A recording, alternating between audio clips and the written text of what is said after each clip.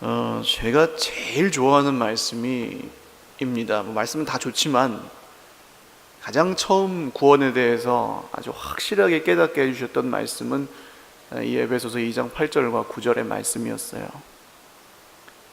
대가가 없이 구원하셨다는 게 얼마나 감사하든지, 아무것도 그러니까 나한테 뭘 뽑아먹으려고 구원한 게 아니야. 하나님이 구원하실 때 이게 얼마나 감사하든지, 이 말씀이 참 저에게는 가장 소중한 말씀 중에 한 구절입니다.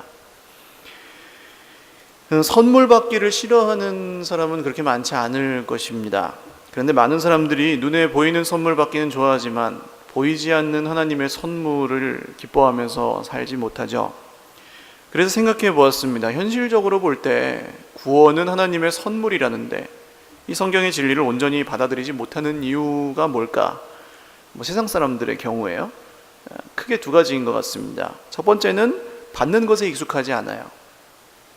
그러니까 우리나라는 정이 많으니까 퍼서 주고 내가 신세 안 지고 이런 문화인데, 공짜로 준다니까 이제 거절하는 겁니다. 제가 한창 노방전도를 다닐 때, 아까 그 김기재 성도님도 노방전도 다닐 때 만났던 분이에요. 그때 이제 복음을 듣고 그날 예수 믿겠다고 영접해가지고 우리 식구가 됐거든요. 그때 이제 전도를 하다 보면은 벽에 부딪힐 때가 있는데, 어느 부분이냐면 구원이 하나님의 은혜로 주시는 선물이라는 부분에서 탁 부딪혀요. 이해를 못하는 거예요. 왜 그게 그렇게 귀한 거라면은 왜 우리에게 공짜로 주느냐는 거죠. 값없이. 그래서 하나님이 우리에게 선물로 구원을 주신다고 하면은 내 주제에 그걸 어떻게 받습니까? 막 하면서 안 받겠대요. 거절해요. 값없이 주시니까 믿으시면 됩니다. 아이고 그래도 그렇지 하면서 그냥 거절하다 집에 가요. 안타깝더라고요. 교회 나오란 말도 안 해요. 예수님을 믿으시면 됩니다 라고 하는데도 그게 안 된다고요. 또 받는 걸 자존심 상하는 걸 일로 여기시기도 해요. 그래서 하나님 앞에서 사실은 우리의 자존심이 꺾어지기 전에는 구원이 얼마나 좋은 것인지 우리가 깨달을 수 없기도 합니다. 두 번째는 선물은 좋은 걸 주지 않는다는 고정관념이죠. 이를테면 사은품, 세상에서 사은품이나 판촉물을 주면 좋은 걸 줍니까? 금방 쓰다 고장날 것들이 많아요. 왜냐하면 공짜니까. 이 알맹이를 팔기 위해 끼워서 파는 게 이제 사은품이나 판촉물이잖아요. 그러니까 사실 세상에서는 내가 쓰는 것보다 좋은 걸 선물하는 일도 그렇게 많이 없죠. 예수님 믿는 사람들은 그렇게도 하지만, 그래서 세상 사람들의 마음에도 무의식 중에 아무나 와서 믿기만 하면 구원을 받는다라는 말씀이 그렇게 와닿지가 않는 겁니다. 이 선물이라니까 굉장히 쉽게 받는 것 같아서요. 그러나 이 쉬운 선물을 받아요? 못 받아요? 못 받아요. 이게 어려운 거죠. 그러니까 뭐가 없어서 못 받습니까?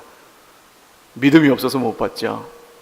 아무리 핑계대고 아무리 설명해도 결국 뭐가 문제예요? 그러면 믿음이 문제예요. 한국 사람이고 미국 사람이고 이스라엘 사람이고 다 똑같아요. 믿음이 없어서 구원을 못 받습니다. 방금 말씀드린 이런 이유들은 그냥 겉으로 드러나는 핑계예요. 복음을 거절하는 표면적인 이유입니다.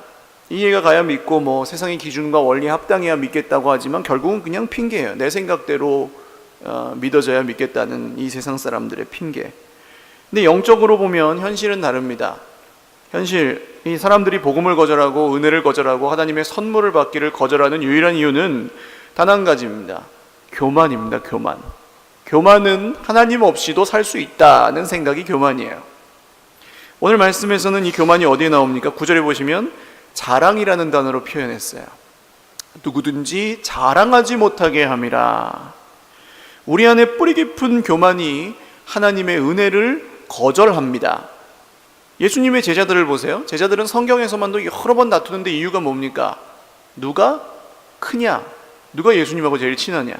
나중에 예수님이 왕이 되면은 누가 제일 큰 벼슬을 할 거냐? 이거 갖고 계속 싸워요.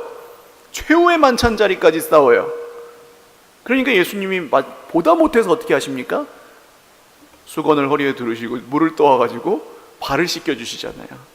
누가 크냐고 다투고 있는 제자들에게 보다 못해서, 야 얘들아 내가 발 씻겨주는데 진짜 누가 크냐 그렇게 물으시는 거죠.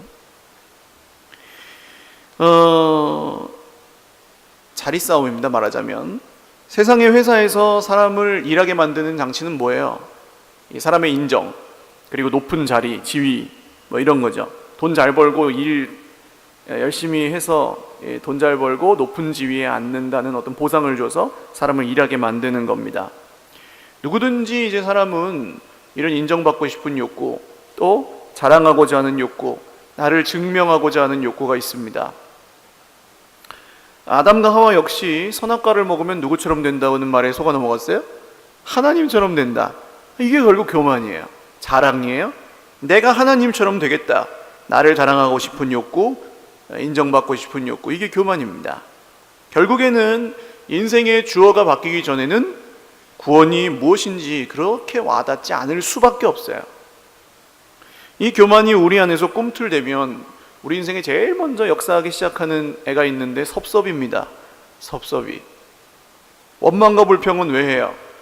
원망과 불평 할 만해서 하죠. 받을 걸 못 받으면 원망과 불평이 나오는 거예요.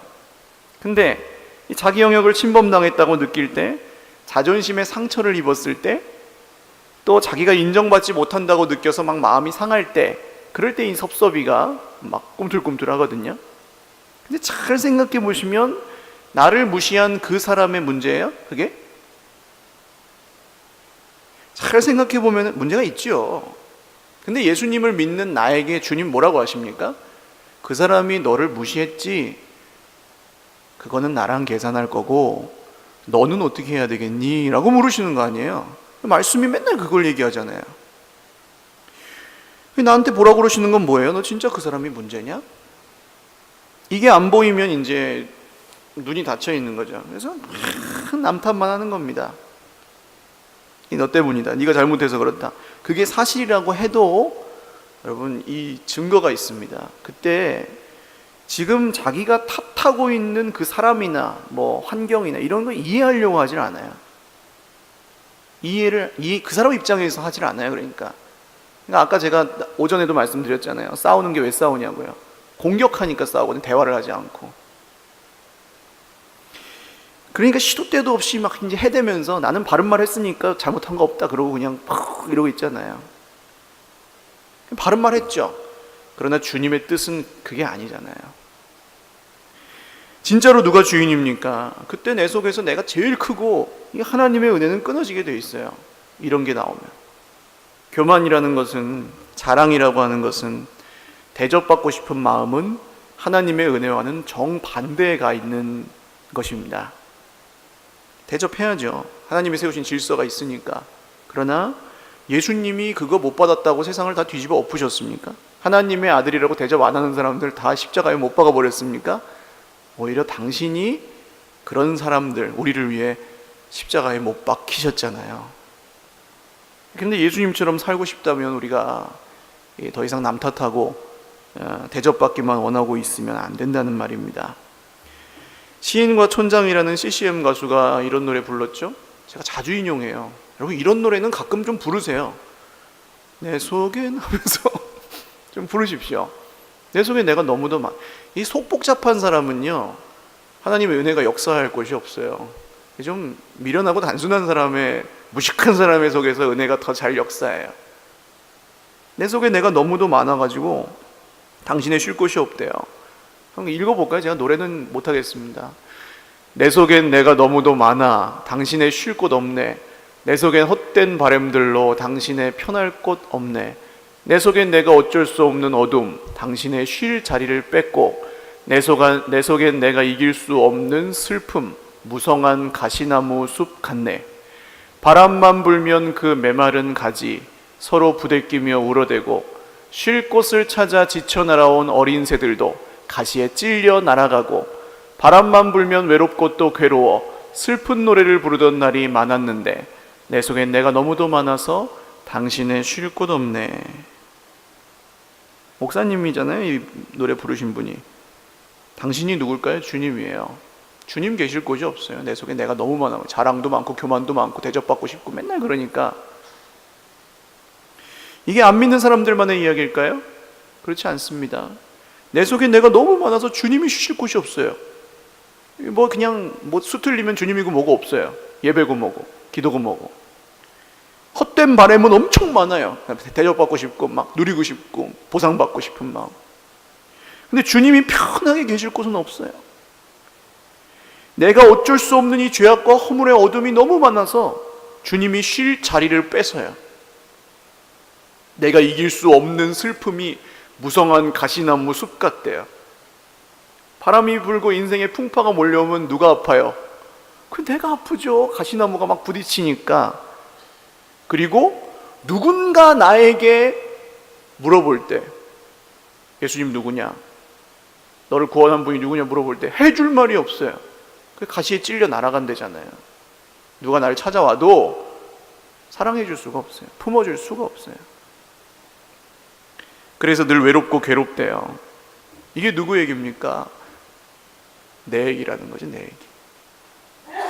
순간순간 유혹받고 빠지고 넘어지고. 아니 여러분, 이게 나는 그리스도 안에 있으므로 이런 일이 없다 하는 분은 이상한 분이에요. 그런 분은 좀 구원에 대해서 의심해 보셔야 되는 분이에요. 그 사람은 이론을 믿는 사람, 교리를 믿는 사람. 니체를 아십니까? 니체라는 철학자가 있죠, 독일에. 신은 죽었다는 말로 유명한 무신론자입니다. 이 니체한테 물어봤대요. 왜 그렇게 그리스도인들을 부정적으로 봅니까? 그랬더니 이렇게 대답했대요. 그들이 조금만 더 구원받은 사람들처럼 보인다면 나도 그들의 구원을 믿겠어. 구원받은 사람 같지가 않아서 못 믿겠대요. 물론 믿음이라는 게 다 눈으로 보이는 건 아니죠. 니체는 몰라서 하는 얘기인데, 그러나 우리가 생각해 볼 점이 있는데, 그건 뭐냐 하면 우리 믿음이 진짜인지 가짜인지는 믿지 않는 사람들 눈에도 보인다는 겁니다. 우리가 진짜로 구원받았는지 구원받은 척하는 건지 아니면 구원받았다고 착각하는 건지 믿지 않는 사람들도 감은 잡아요. 그 증거로 설교자와 청중이 언제나 있는데, 예배를 드리면 설교자가 성경을 더 잘할까요? 청중이 성경을 더 잘할까요? 당연히 설교자가 잘 알죠. 그날 말씀을 가지고 묵상하고 연구했으니까. 그런데 청중이 설교자가 하나님의 말씀을 전하는지 그냥 자기가 하고 싶은 말 하는지를 알까요, 모를까요? 알아요. 어떻게 알죠? 이게 성경 지식 문제가 아니기 때문에 그렇습니다. 그냥 보이는 거예요. 느껴지니까. 목사님이 자꾸 틀려요, 이름을. 다윗이라 그래야 되는데 바울이라 그래요. 바울이라 그럴 때는 또 다윗이라 그래요. 막 계속 이름 틀리는 게 특기인 분들 가끔 있어요. 저도 그런 실수하고. 근데 그게 문제가 아니에요. 그 설교가 은혜가 없어요. 그래서 틀려도 은혜가 있어요. 설교자가 혹시 말실수를 하거나 잘못 좀 해도 은혜가 있어요. 하나님의 말씀이면. 할렐루야. 다 알아요, 다. 믿지 않는 사람들이 그러니까 우리를 봐도 안다는 거죠. 아니면 이제 우리가 받기는 받았는데 그 선물이 얼마나 귀하고 좋은 건지 별로 모를 수는 있습니다. 그러니까 내 삶 전체를 달라지게 할 수 있는 이 천지가 개벽하는 그런 위대한 선물을 받고도 벽장 속에 이제 이건 너무 귀한 거니까 좀 고이고이 모셔두고 천국 갈 때 꺼내보자 하고 이제 죽을 때까지 그냥 벽장 속에 넣어놓는.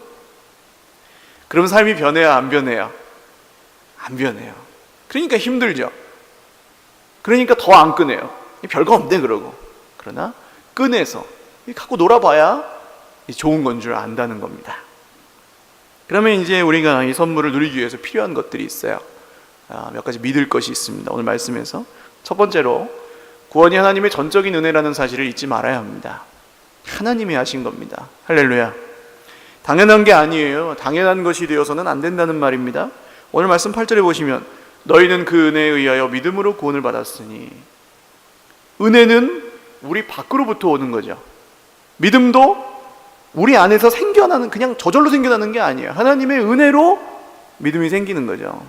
저절로 생기는 게 아니에요. 내가 믿는 게 아니라고요. 그래서 바울 사도는 오늘 이것은 너희에게서 난 것이 아니요, 뭐라고 합니까? 하나님의 선물이다. 선물은 받는 거예요. 할렐루야. 만들어내는 게 아니고. 구원과 관련해서 내가 뭔가 했다고 말한다면 그거 벌써 이상한 겁니다. 내가 뭔가 할 수 있는 게 없어요. 우리가 믿는 신앙이 다른 비슷한 종교들과 구분되는 유일한 기준이 바로 이겁니다. 뭐 하나님의 은혜지만 사람도 뭔가 해야 된다, 이런 얘기를 하면 벌써 이상한 거예요. 그러면 아무것도 안 해도 되겠네? 하나님이 다 했으면? 이래도 이상한 겁니다. 왜 아무것도 안 해요? 구원받으려고 하는 건 아니에요. 그러나 다 갚을 수 없는 빚을 진 사람이 고마워하지 않겠냐고요. 감사해하지 않겠냐고요. 그 말을 안 듣겠냐고요. 그래서 순종하고 그래서 믿음으로 사는 거죠. 당연한 겁니다. 지금 우리가 하나님께 뭔가를 드린다면 이제는 누가 시켜서 억지로 하는 게 아니라 구원받은 사람들이 아버지에게 당연하게 드리는 것들입니다. 할렐루야. 이게 이 믿음이 있어야 평생에 하나님 앞에 헌신하고 수고해도 억울함이 안 생기는 거예요. 평생에 막 나를 무시하고 막 진짜 예수님이 당한 취급을 당하게 만들어도 그게 힘들지 않은 거예요. 이 믿음이 우리를 견디게 합니다. 뭐 억지로라도 해야 된다, 무조건 해야 된다, 이렇게 옛날엔 배우셨을 거예요. 물론 그렇게 해도 믿음의 성장이 있어요. 하나님이 영광 받으세요. 그러나 기왕 하실 거라면 성경의 순서대로 하십시오. 은혜 받고 열심히 하십시오. 할렐루야. 진짜 기쁨으로 하세요. 그래야 나중에 억울하지 않아요. 딴소리 안 해요. 본전 생각 안 나요. 전에 어떤 분하고 대화를 했는데 그분의 직장 사장님이 예전에는 주일에 뭐 사 먹으면 죽는 줄 알았대요. 교회에서 그렇게 배웠으니까. 그거 귀한 겁니다, 여러분. 안식일에 거룩하게 지키는 건 귀한 거예요. 지금 주일은 구약의 안식일은 아니지만 그런 의미가 있기 때문에 잘 쉬어야 되고 주일에 뭘 안 하고 주님께 온전히 예배하는 건 귀한 거예요. 그런데 이 예배 빠지면 죽는 줄 알았던 그 사장님이 빠져보니까 괜찮더래요. 아무 일도 안 생기더래요. 벼락이 떨어지지 않더래요. 그래가지고 내 괜히 멍청한 짓 했다 그러면서 막 후회를 하더랍니다. 은혜를 모르고 신앙생활을 하면 이렇게 되는 거예요. 했냐 안 했냐 뭐 그거 막 곤두세우고 살다가 안 했는 별거 없네? 해도 별거 없네? 이러면서 살아버려요. 교회 다니는 겁니다. 그냥 값없이 받은 은혜를 전혀 모르고 드리면, 이 예배 드리면 나중에 본전 생각나요. 사랑하는 여러분, 은혜 받고 신앙생활 하시기를 바랍니다. 열린교회 김남준 목사님이라는 분이 쓰신 30통이라는 책이 있어요. 거기 이렇게 나와요. 같이 한번 읽어볼까요? 시작. 소명보다 은혜가 먼저고 헌신보다 신앙이 먼저입니다. 동의하세요? 이 거꾸로 되면 안 돼요. 거꾸로 되면은 은혜보다 사명이 먼저고, 일이라는 거죠. 네가 은혜가 있든지 없든지 일부터 해라, 이런 거죠. 그 다음 신앙보다 헌신이 먼저입니다. 알든 모르든 죽었다고 일단 복종부터 해라, 그런 얘기죠. 그러면은 이상해져요. 뭐 되긴 되겠지만 100이면 100 문제가 생깁니다. 제대로 된 믿음이 형성되질 않으니까요. 이런 의미에서 볼 때 은혜는 이 하나님의 은혜가 없는 게 아니고 내가 거절하는 거예요. 감으로 메마른 땅에 모든 사람이 비를 기다리고 있었습니다. 그럼 막 기다리다 비가 왔어요. 진짜로 기다리다가 비가 오면은 우산을 써겠어요? 안 쓰겠어요? 그 사람이 우산 안 쓰고 일단 맞아요. 왜냐하면 목말라 죽겠으니까 그거라도 먹어야죠. 반가운 비잖아요. 근데 어떤 사람이 우산을 탁 쓰고 지금 이 비는 비가 아니야, 내가 맞고 있지 않으니까, 그런다면 그 말이 맞아요? 비가 아니에요 진짜로? 자기가 우산 써서 자기가 안 맞는다고 그게 비가 아니라고 주장할 수 있냐고요. 하나님의 은혜가 내가 못 받는다고 그게 없습니까? 그렇지 않다는 거죠. 성경은 모든 사람에게 할렐루야 주시는 하나님의 은혜를 분명히 증거하고 있습니다. 그래서 은혜의 중심은 내가 아닙니다. 하나님이십니다. 그래서 은혜예요. 아까 교만이 이 은혜를 거절한다 그랬어요. 누가 주인이기 때문이에요? 내가 주인이기 때문에.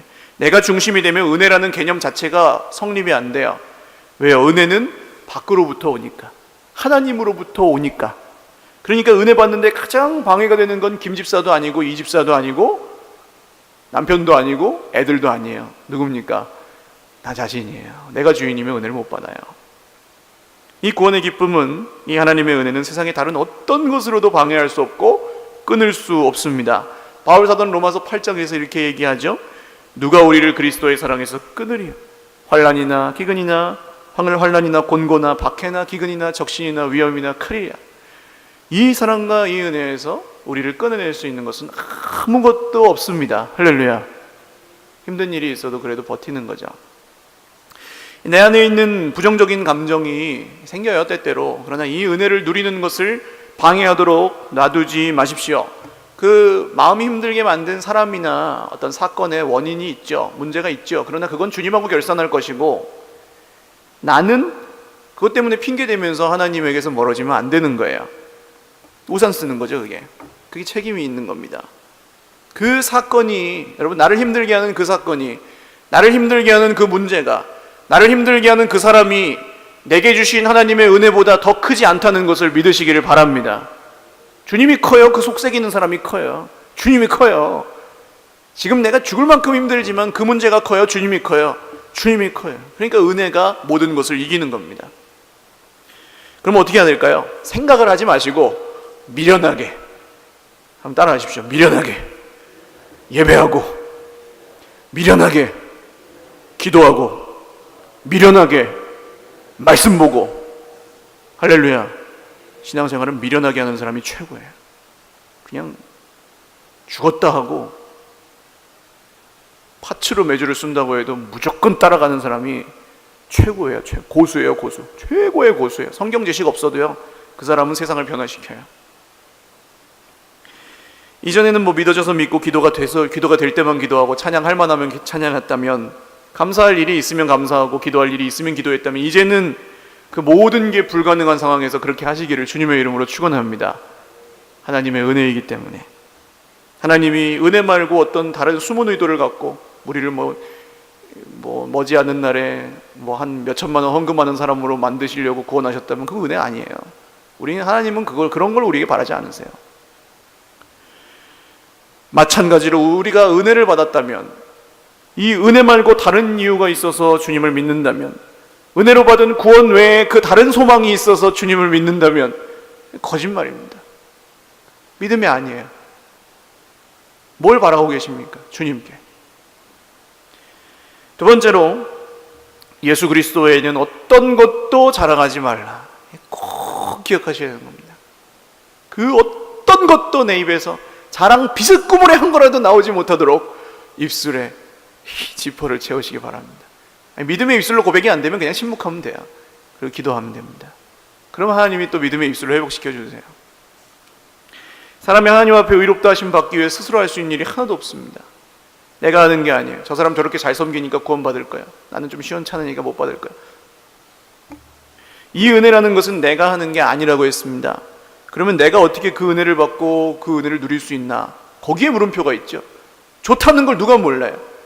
구원받으면 좋다는 걸 누가 모르고, 그 구원을 누려야 된다는 걸 누가 몰라요? 어떻게 누리냐고요? 뭐가 구원을 누리는 거냐고요? 그게 우리가 찾고 있는 답 아니에요? 답은 뭡니까? 내가 찾을 수 있다 없다, 내가 할 수 있다 없다, 그게 답이에요. 내가 할 수 없으면 누가 하셔야 돼요? 누가 하셔야 됩니까? 여러분, 기대가 별로 없으신데 그러면 설교가 길어지는 거예요. 설교가 빨리 끝날 걸 기대하셔야 돼요. 누가 하십니까? 내가 할 수 없고. 하나님이 하시고 예수 그리스도가 하십니다. 할렐루야. 그게 믿음이잖아요. 아니, 나는 진짜 할 수가 없고 돈도 못 벌고 변화시킬 수도 없고 내가 가르쳐도 안 변하고 그러는데 누가 하세요? 하나님이 하신다고요. 할렐루야. 이게 믿음이에요. 이게 대단한 고차원적이지 않아요. 내가 할 수 없다는 걸 믿는 사람이 믿음이 있는 사람이에요. 은혜 받은 사람 100명을 놓고 한번 물어보십시오. 기도 열심히 해갖고 은혜 받았냐고. 진짜 은혜 받은 사람은 그렇게 대답 못해요. 기도 열심히 해서 은혜 받았다고 그렇게 대답 못해요. 40일 기도해서 은혜 받았다고 하는 사람, 은혜 받았죠. 그걸로 은혜 받으니까 너도 그거 해봐라 하는, 그렇지는 않아요. 하나님이 주셨습니다. 그게 다예요. 기도는 그냥 한 거죠. 기도 많이 해서 은혜 받은 게 아니고 은혜 받은 사람이 기도를 하는 거예요. 기본입니다. 예배도 마찬가지예요. 기본입니다. 기본에 충실하다는 건 예수 그리스도 안에서 한 가지밖에 없어요. 뭡니까? 순종입니다. 할렐루야. 첫째도 순종, 둘째도 순종, 셋째도 순종. 순종이에요. 그리고 은혜는 그 모든 것에 상관없이 임합니다. 그래서 은혜예요. 할 수 있는 건 기다리는 것 뿐입니다. 기도하면서 기다리고, 예배하면서 기다리고, 순종하면서 기다리기. 답답해하지 말고. 할렐루야. 근데 그 은혜가 임하는 통로가 있어요. 바로 말씀입니다. 여기가 중요해요. 중심 되신 그리스도, 태초부터 계신 생명의 말씀이신 예수님이 우리에게 제일 중요합니다. 에베소서 1장에서 계속 반복되었던 말이 뭐예요? 예수 그리스도 안에서라는 말이 매 구절에 나왔죠. 오늘 10절에도 보시면 우리가 누구 안에서 선한 일을 위해 지으심을 받았어요? 그리스도 안에서. 우리 안에 교만은요, 예수 그리스도 말고 다른 것을 자랑하려는 마음이 교만입니다. 그게 어떤 것이든, 선한 것이든 악한 것이든, 지식이든 돈이든 건강이든 자녀든 공로와 수고든 무언가를 자랑하고 있으면 여러분 이런 것들과 관련해서는 자랑이 아니고 간증하고 감사만 나오시기를 주님의 이름으로 축원해요. 이 칭찬을 받아도, 사람의 높임을 막 받아도 우리의 손이 늘 어디로 향해야 돼요? 하늘로 향해야 됩니다. 이 받으면 자기가 받고 이러지 말고 이렇게 올려야 돼요. 이렇게 하나님만 드러나시도록, 하나님만 영광 받으시도록. 하나님께 영광. 한번 따라 하시겠습니다. 하나님께 영광. 하나님이 하셨습니다. 하나님이 다 하셨습니다. 할렐루야. 이 고백이 나오면 우리 속에 은혜가 충만한 겁니다. 만약에 우리 애가 똑똑하다, 예를 들어서, 그럼 누구 닮아서 그런 겁니까? 똑똑하면 나를 닮고 안 똑똑하면 배우자를 닮죠, 보통. 그게 아니고 하나님이 주셨습니다. 할렐루야. 이런 놀라운 은혜 앞에서 우리가 자랑할 분은 오직 예수 그리스도 뿐입니다. 그리스도와의 인격적인 관계가 없는 어떤 선행은 아무런 의미가 없어요. 참아도 그리스도 때문에 참고, 할렐루야, 견뎌도 그리스도 때문에 견딥니다. 이게 순종이에요. 내가 착한 사람이기 때문에 아니에요. 우리는 이미 알아요. 내가 착한 사람이 아니라는 걸. 내가 착한 사람이 아니라는 걸 깨닫지 못한 사람은 예수를 믿을 수가 없어요. 그 사람은 자기가 착하니까 예수님 별로 필요 안 해요. 내가 인정받기 위해서요? 아닙니다. 남들 보는 눈이 무서워서요? 아닙니다. 그리스도 때문입니다. 할렐루야. 진짜 은혜 받은 사람은 그래서 예수 그리스도 외에 아무것도 자랑할 게 없어요. 모든 삶의 목적이 예수 그리스도를 자랑하기 위한 것으로 바뀝니다. 할렐루야. 그리스도께서 받을 영광을 가로채지 않아요. 마땅히 그리스도께 드려야 될 감사를 생략하지 않아요. 대충 하지 않아요. 그래서 찬양이든 기도든 뭐든 기쁨이 없을 수가 없어요. 하늘로부터 임하는 기쁨이 예수 그리스도 안에 있습니다. 이게 이제 예수 그리스도를 자랑하는 사람의 삶에 있는 비밀이에요. 힘이 없어도 힘이 있고, 아무것도 없어도 모든 것을 가지는 그 비밀이 그리스도를 자랑할 때 우리 안에 있습니다. 마지막 세 번째는 다시 지으심을 받았다는 사실을 기억하십시오. 우리는 더 이상 죄 가운데 썩어질 세상의 피조물이 아닙니다. 새롭게 지으심을 받았습니다. 누구 안에서요? 예수 그리스도 안에서. 할렐루야. 10절 같이 읽겠습니다. 시작. 우리는 그가 만드신 바라 그리스도 예수 안에서 선한 일을 위하여 지으심을 받은 자니 이 일은 하나님이 전에 예비하사 우리로 그 가운데서 행하게 하려 하심이니라. 아멘. 여기서 하는 말씀은 간단해요. 구원은 하나님이 창조하시는 거예요. 어떻게 창조하시냐면 새롭게 창조하시는 거예요. 할렐루야. 그런즉 누구든지 그리스도 예수 안에 있으면 새로운 피조물이라. 이전 것은 지나갔으니 보라 새 것이 되었도다. 할렐루야. 다 새 것이라고요. 이제 우리는 새 창조가 되었도다 이렇게 번역할 수 있어요. 구원받은 신자는 이제 하나님이 만드신 창조물, 새로운 창조물입니다. 태초에 천지를 창조하실 때 뭐라고 그러셨어요? 심히 보시기에 심히 좋았더라. 근데 그 이상으로 더 좋아요. 지금은. 할렐루야. 내가 그런 사람이라고요. 옆에 계신 분들이 지금 인사하십시오. 한번. 알고 보니 대단한 분이셨군요. 이 영혼 없이 하지 마시고 진짜로 대단한 분이라고요. 믿음으로 인사하세요. 빨리. 알고 보니 대단한 분이셨군요. 감동하면서 막 우와 이러면서 인사를 하셔야 돼요. 네. 감사합니다. 피곤하시죠? 오전에 설교 좀 길었는데 기도를 조금 짧게 할게요. 죄로 멸망하고 죽을 수밖에 없는 우리 인생을 새롭게 창조하신 새로운 창조가 바로 주님의 구원입니다. 이 창조는 그리스도 안에서 이루어진 것이에요. 그래서 갈라디아서 6장에 보시면 이렇게 나와요. 할례나 무할례가 아무것도 아니로되 오직 새로 지으심을 받는 것만이 중요하니라. 할례나 무할례 이런 건 소용없어요. 새로 지으심을 받아야 구원받는 거예요. 아까 제가 말씀드린 말씀 다시 한번 읽어볼까요? 시작. 다음 구절이요. 시작. 그런즉 누구든지 그리스도 안에 있으면 새로운 피조물이라. 이전 것은 지나갔으니 보라 새 것이 되었도다. 아멘. 왜 우리가 구원을 누리기 위해서 이 새 창조를 기억해야 합니까? 우리가 스스로 생기고 싶어서 생긴 사람이 있습니까? 이렇게 생기고 싶어서 미용실 가잖아요. 우린 이렇게 만들어주세요 하고. 그래서 하나님 이렇게 나 좀 만들어주세요 하신 분 있어요? 하나님이 그냥 만들어주셨잖아요. 아주 예쁘게. 할렐루야. 옆에 계신 분 한번 보세요. 예뻐요, 안 예뻐요? 네, 안 예쁘다 그러면 예수님은 안 믿는 거예요. 하나님이 만드셨다는데 감히. 누가 새롭게 만들어주셨는지를 기억해야 돼요. 하나님이 선하다고 하셨는데 내가 왜 악하다고 해요? 하나님이 깨끗하다고 하셨는데 내가 왜 더럽다고 해요? 하나님이 죄 없다 하셨는데 내가 다시 어떻게 정죄해요? 그럴 수 없느니라. 이걸 기억하지 않으면 이 말도 안 되는 일을 계속하면 살아가게 됩니다. 하나님이 깨끗해 하신 것을 다시 더럽히고 눈물 흘리고 회개한다고 해놓고 다시 죄악의 어둠 속에서 헤매고 이런 이상한 믿음이 돼버려요. 그 정신분열 걸려요. 예수를 제대로 안 믿으면. 차라리 안 믿는 게 낫지.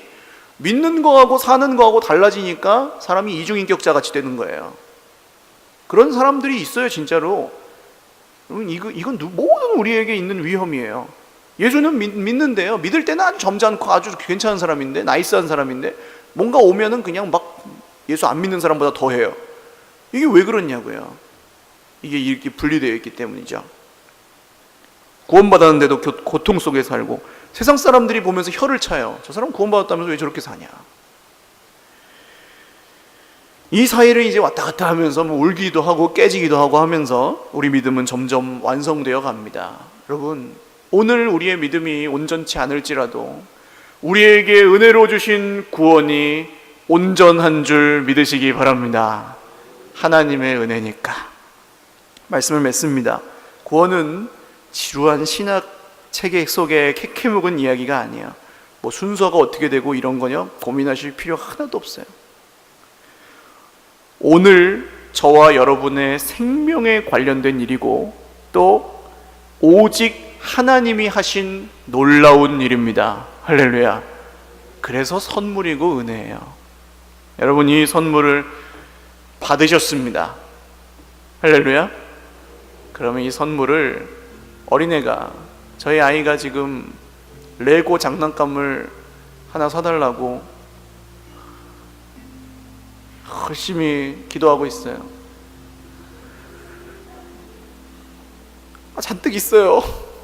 또 사달래요. 근데 갖고 싶으니까. 사주면 어떻게 할까요? 갖고 놀겠죠. 만들고 갖고 놀겠죠. 사주면은 벽장 속에 넣어놓을까요? 레고 미녀와 야수예요. 미녀와 야수. 사주면은 벽장 속에 넣어놓을까요? 어디 장난감 통에 거의 모셔놓다가 나중에 둘째 태어나면 같이 만들까요? 당장 뜯어보고 아빠 빨리 만들어줘 그러죠. 선물을 받으셨어요. 그럼 어떻게 하셔야 돼요? 불경스러운 것처럼 들리지만 갖고 노셔야 돼요. 구원을 받으셨으면 갖고 노셔야 돼요.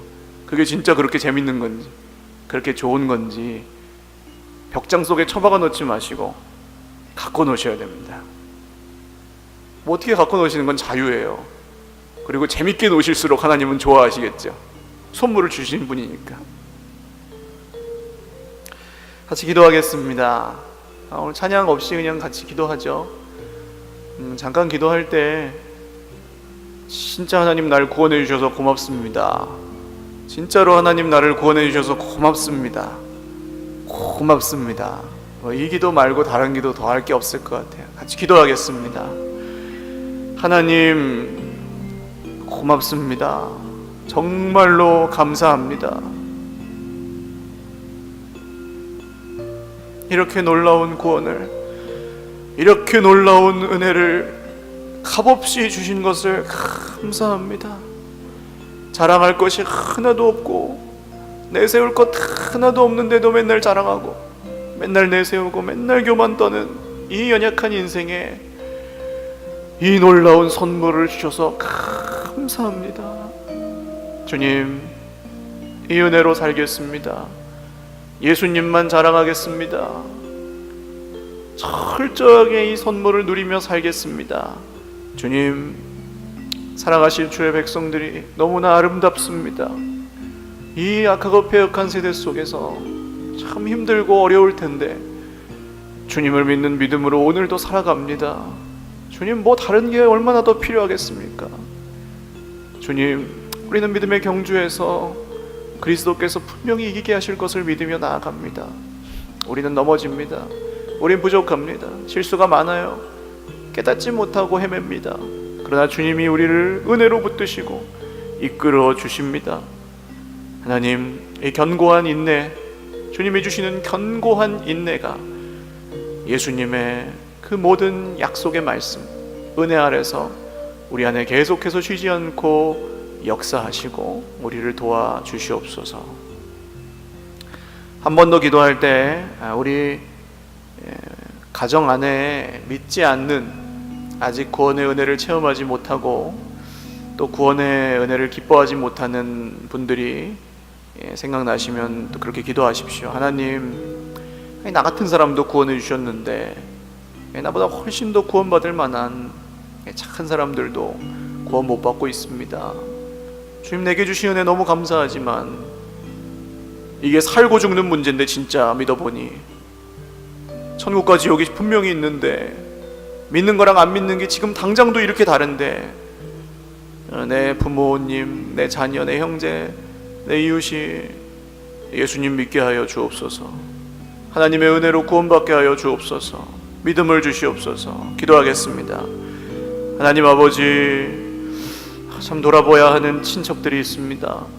아직 믿음 안에 돌아오지 못한, 손을 내밀어서 복음을 전해주어야 할 형제 자매들이 있습니다. 주님, 기도합니다. 제가 어떻게 하겠습니까? 제가 어떻게 뭘 설명해가지고 믿게 하겠습니까? 주님이 은혜를 주십시오. 만났을 때 주님 이야기 할 수 있도록 해주시고, 관계가 깊어짐에 따라 주님 믿는 게 얼마나 좋은 건지 알아갈 수 있도록 주님, 나를 통하여 복음을 전하여 주십시오. 주님, 사랑하시는 주의 백성들의 가정 가운데 오늘도 외로이 홀로 신앙생활 하시는 분들이 있습니다. 상상이 안 가는 그 힘들고 어려운 여정 가운데 주님이 붙들어 주시니까 갑니다. 믿지 않는 남편들 돌아오게 하여 주옵소서. 믿지 않는 자녀들이 돌아오게 하여 주옵소서. 믿지 않는 아내들이 돌아오게 하여 주옵소서. 믿지 않는 친척 형제 자매들이 돌아오게 하시고 믿지 않는 부모님들이 돌아오게 하여 주옵소서. 다 알지 못하고 다 감당할 수 없으나 주님의 은혜만을 구하며 진심으로 기도하오니 모든 가정들을 믿음으로 구원하여 주옵소서.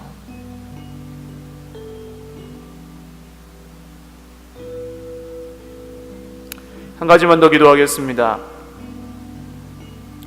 우리가 구원받았다는 것은 개인적으로 받았지만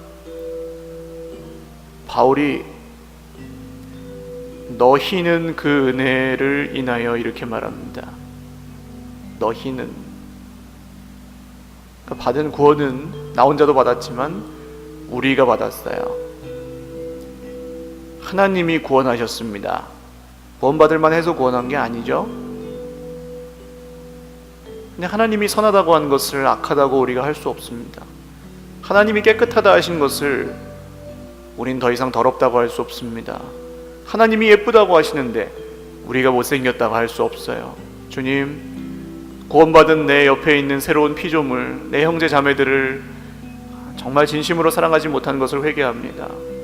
주님, 내가 구원받은 것처럼, 자격 없는 내가 구원받은 것처럼 내 옆에 있는 형제 자매들도 구원받았는데, 그래서 우리가 교회라는 이름으로 모여 있는데 하나님이 구원하여 주신 하나님의 형상 새로운 피조물을 내가 구원받았다고 하는 내가 사랑하지 못했습니다. 오늘 주님, 모든 응어리와 맺힌 것들과 상처와 힘든 것들이 풀어지고 먼저 다가가 손을 내밀고 먼저 사과하고 먼저 용서하고 먼저 사랑하고 먼저 섬기는 우리 모두가 되게 하여 주옵소서. 교회를 위해서 같이 기도하겠습니다. 하나님 아버지, 교회로 묶어주셨습니다. 하나님이 구원하여 주셨는데 왜 나는 미워하고 있을까요? 하나님이 구원하여 주셨는데 왜 나는 탓하고 있을까요? 하나님이 깨끗하다고 하셨는데 왜 나는 판단하고 있을까요? 하나님이 죄 없다 하셨는데 나는 왜 정죄하고 있을까요?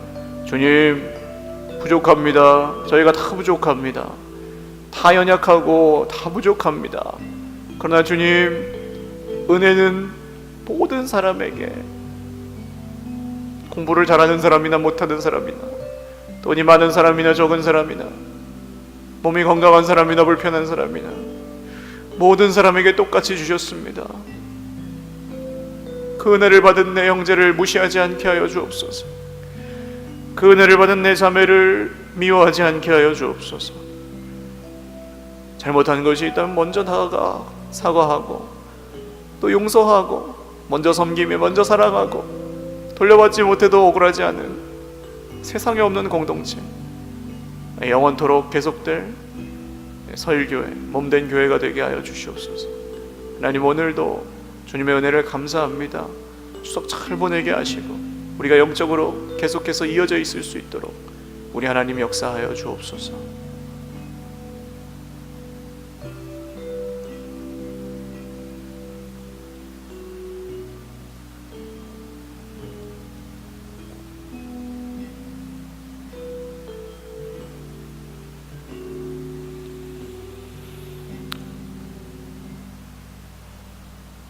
모든 은혜의 하나님 아버지, 감사합니다.